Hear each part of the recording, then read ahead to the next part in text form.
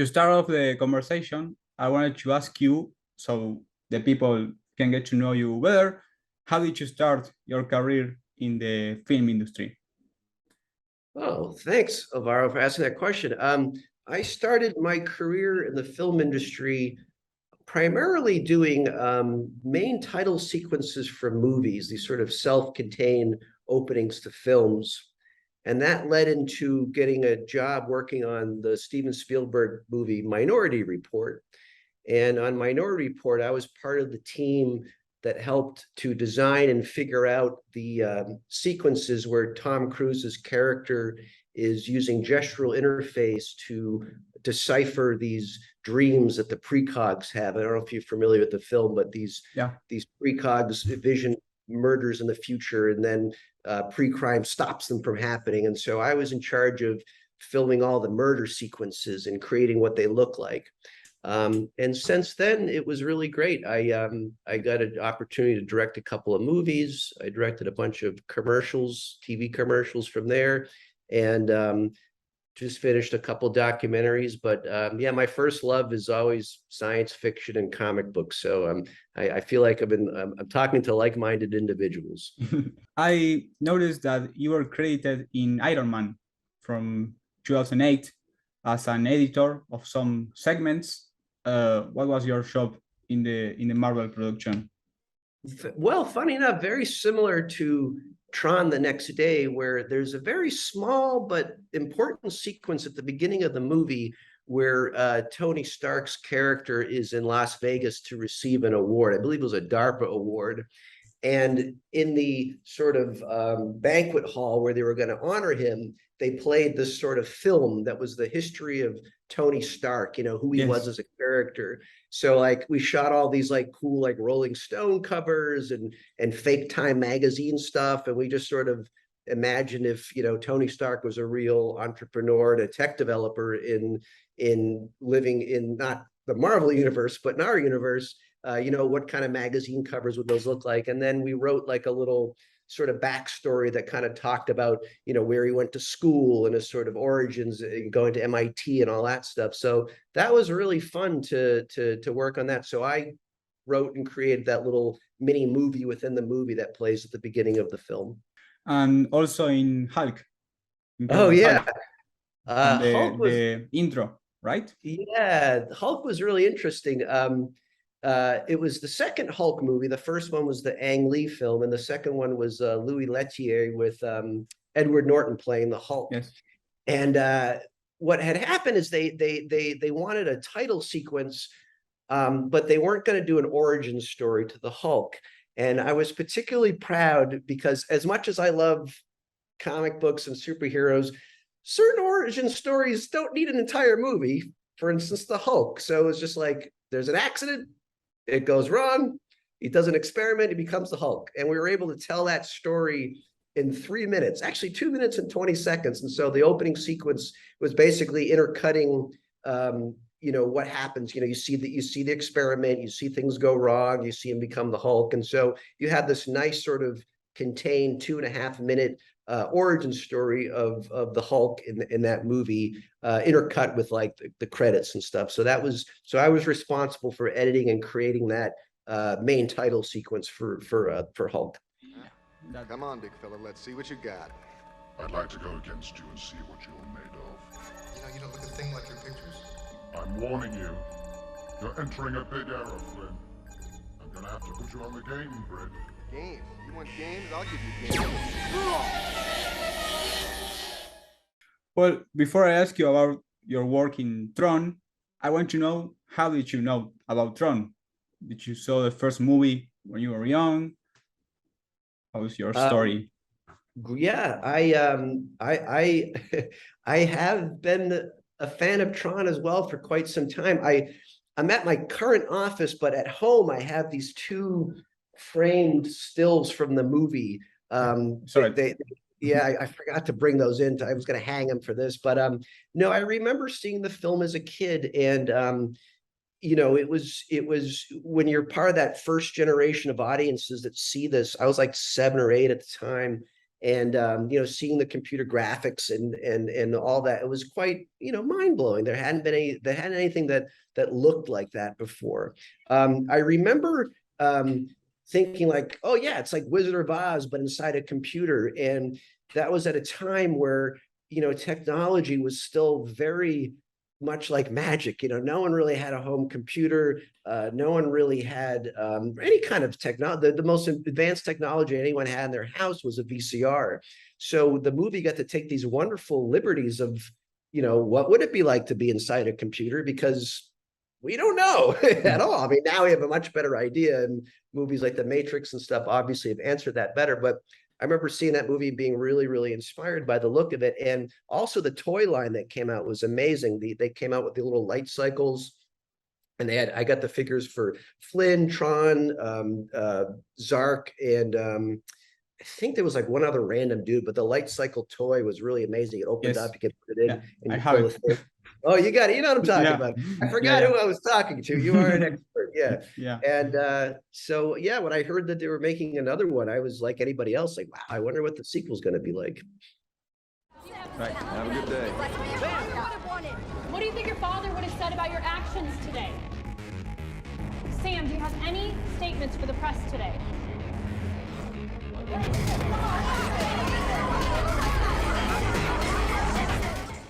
How did you get involved in Tron the Next Day?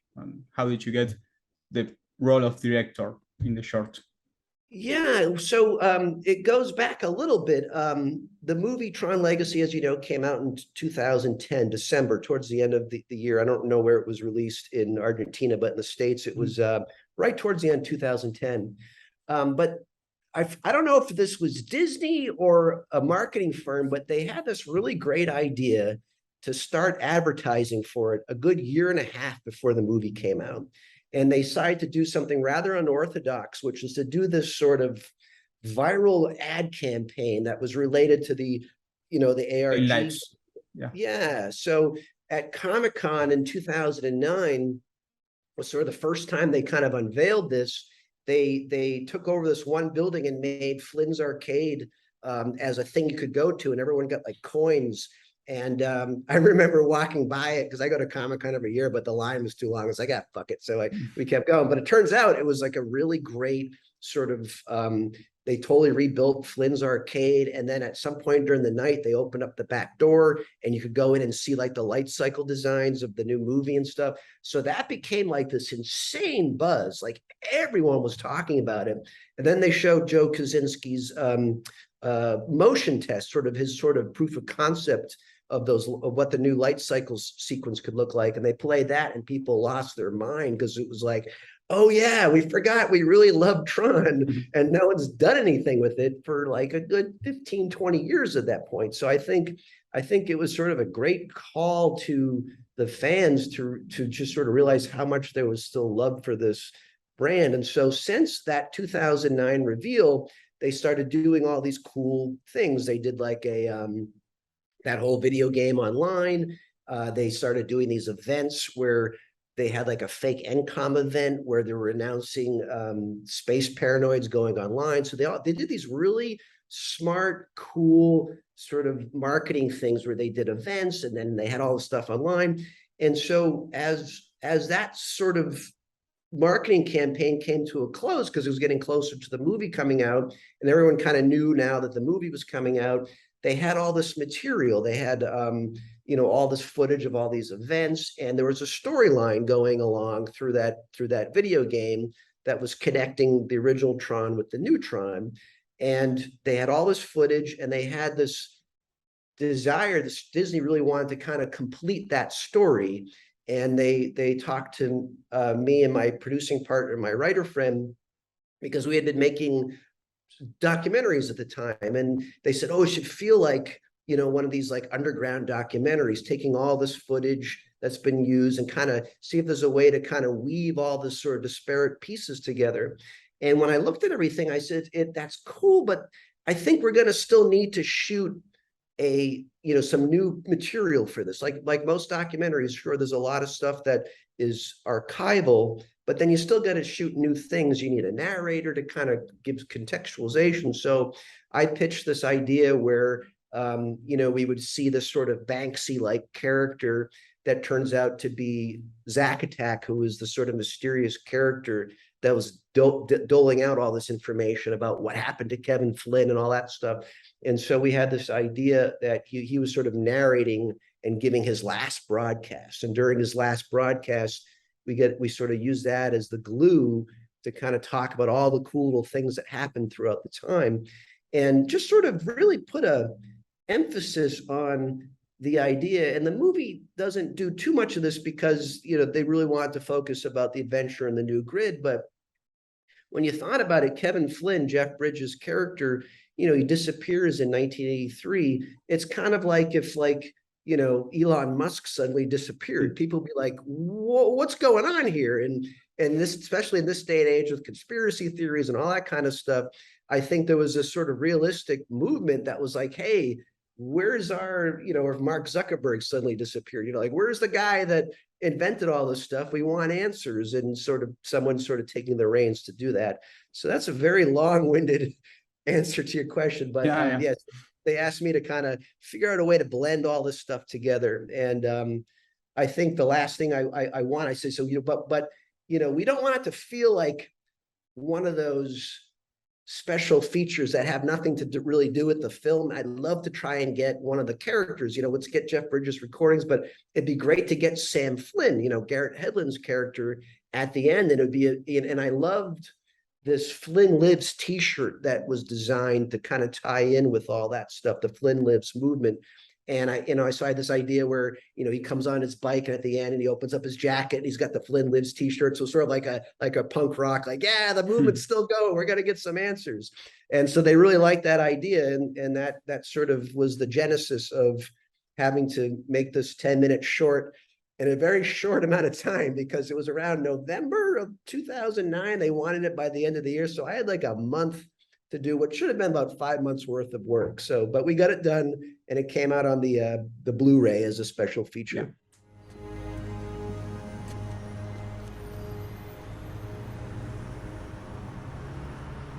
What's next, Sam? The project was seen as an epilogue or prelude of Tron Legacy, or was it seen as a preview of what was to come in the future for the franchise? That's a really good question, and a loaded one too, because at the time they were sort of hedging their bets, planning on another Tron movie after Legacy. And so I saw this piece very much as a bridge between the original movie and the new film, because the new film doesn't answer a lot of the questions that were raised at the end of the first film. So in a lot of ways, this was a nice way to bridge these two films. At the same time, there's a couple other special features that we did in addition to Tron the Next Day.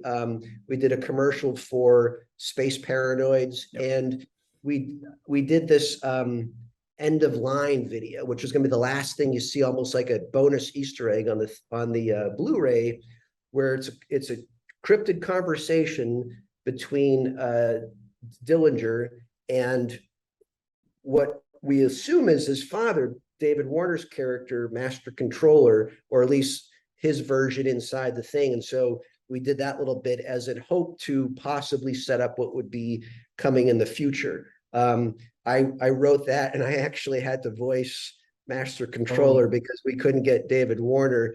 But that gives you an idea of how little money we had and little time. I'm actually the voice of Zack Attack throughout the entire Tron the Next Day movie. I have to voice that as well too. But so to answer your question, yeah, the Tron the Next Day was definitely just more of a connective tissue bridge, almost like a 1.5 between 1 and 2, and then all that other stuff was sort of to set up the third film, which, as we know, unfortunately never really came about. But it still could happen. Joseph Kosinski was involved in the project in some way? Not really, because I think they were racing to get the regular movie done. The only people I interfaced with while making Tron the Next Day was the two writers of the screenplay, the guys, they did a couple episodes of Lost. Adam Horowitz and Kitsis. Yeah. Once we sort of had a rough cut of the Tron the Next Day, we presented that to them, more of like, hey, are we giving away things you don't want to give away? Or, just to make sure everyone saw that what we were doing, because, there's a very important scene between Alan Bradley and Ram, aka Roy, at the end, where we really kind of like set up that, NCOM's going to get a new CEO and, revealing all this stuff. And they were very supportive. I think they were more surprised that it looked as good as it did. I'm not saying, I'm not tooting my horn, but I think everyone was expecting just some sort of like low resolution special feature nonsense. And so they were like, oh, wow, this actually is like a proper, short film. So I think everyone was just more surprised than anything. I think they were just delighted that it didn't suck, I think. The head of our software design team, a man whose father's own notable history with NCOM helped make this company what it is today. Edward Dillinger. Well done. Yeah. So I was going to ask you about the Dillinger scene. I was going to ask you if you directed that scene. So you did. But I want to know if it was your idea, or were you given any kind of information about the future plan for Dillinger Jr., the Cillian Murphy character? The Cillian Murphy character, I did remember when I saw an earlier version of Tron Legacy, and I was like, oh, I bet you that guy's way too important to not be a threat later on. And that actually was one of the things that I worked with on the screenwriters with. I said, we'd like to do some kind of like little teaser where Dillinger's talking to his dad, and his dad is that legendary voice of Master Controller.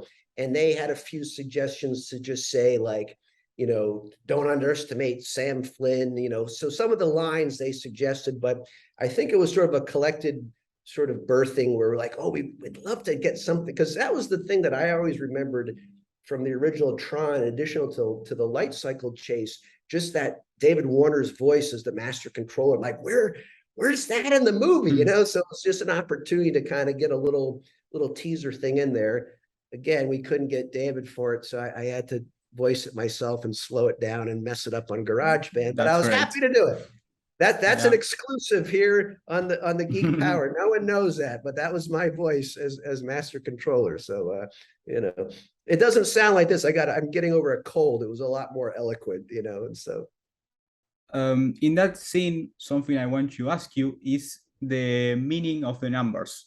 751 and 0431 in the names. Is there any meaning, or? I'm inclined to say we made it up, but this was 11 years ago, and I can't quite remember, but I think we made it up. I'm so sorry to say, but if there's a meaning that you took away from it, that's probably the right answer. Okay, no, I didn't find anything, but I would love to. Yeah, we made up the name Roy Kleinberg too, because we realized Ram outside of the grid, Zack Attack, no one had a name for him. And I remember calling the studio going like, is there a name for Dan Shore's character? Like, no, we just know him as Ram, whatever. And so I was like, all right. So I named him after a coder friend of mine. So he's now lives in infamy as Roy Kleinberg. So great. And that Zack Attack and Isolated Thinker, where did the names come from? Those names were established by the firm that was, I believe they were called Level 42. They were in charge of the entire game up until that point. So I believe they came up with the names Zack Attack and Isolated Thinker as part of the ARG game. So by the time, like I said, I got involved, a lot of that stuff was established. I too had to go like, who's Zack Attack? Oh, that's okay, because there were strange names. Then realizing and that was another challenge of the screenplay, was to sort of, we got to reveal who Isolated Thinker is, we got to reveal who Zack Attack is, we got to kind of tie all these loose ends about the origins of the movement, and then also kind of tie it in with this hopeful idea of what the future movies is, all in 10 minutes. So it was, you know, we had to really cram a lot in there. Oh, relax. There's no need to panic. That's easy for you to say. Your house isn't filled with 20 years of corporate espionage. Oh? And I'm the one that's still employed by Incom. If my board finds out that I've been funding your little operation... Our little operation, Isolated Thinker. Yeah. Well, this is a big question. Everyone in my channel wanted to know about this. In 2010, there was a rumor about a scene with Quora arriving at Encom, and she reveals that she has communicated with Kevin Flynn. Yeah. Is this real? I think it was written but not shot.